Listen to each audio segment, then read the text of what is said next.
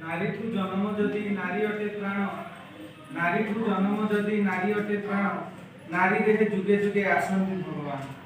संसार श्रेष्ठ सृष्टि नारी, नारी कल्याणमयी स्नेहमयी, समग्र पृथ्वी को ममतार डोरी बांधि रखिबार जे सामर्थ्य रखे से होची नारी। नारी गोटे मूर्तिमंत प्रतीक स्नेह प्रेम दया क्षमा त्यागर।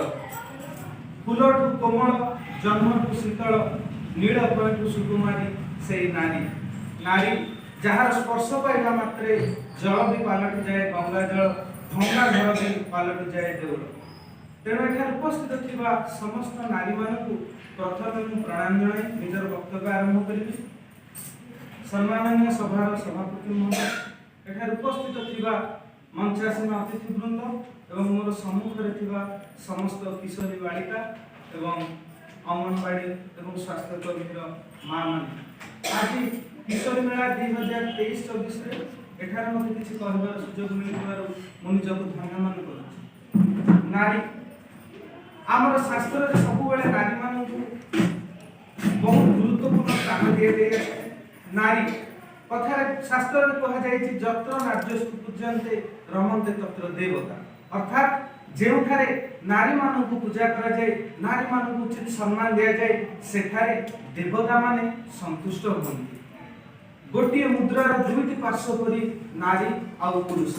तराजुर गोटे पार्श्व जेतेबेले पुरुष से समस्त सुविधा सुयोग पाई थाए, से ठीक से समय तराजुर अन्य पार्श्व नारी अनेक बाधा विघ्न देई गति करे।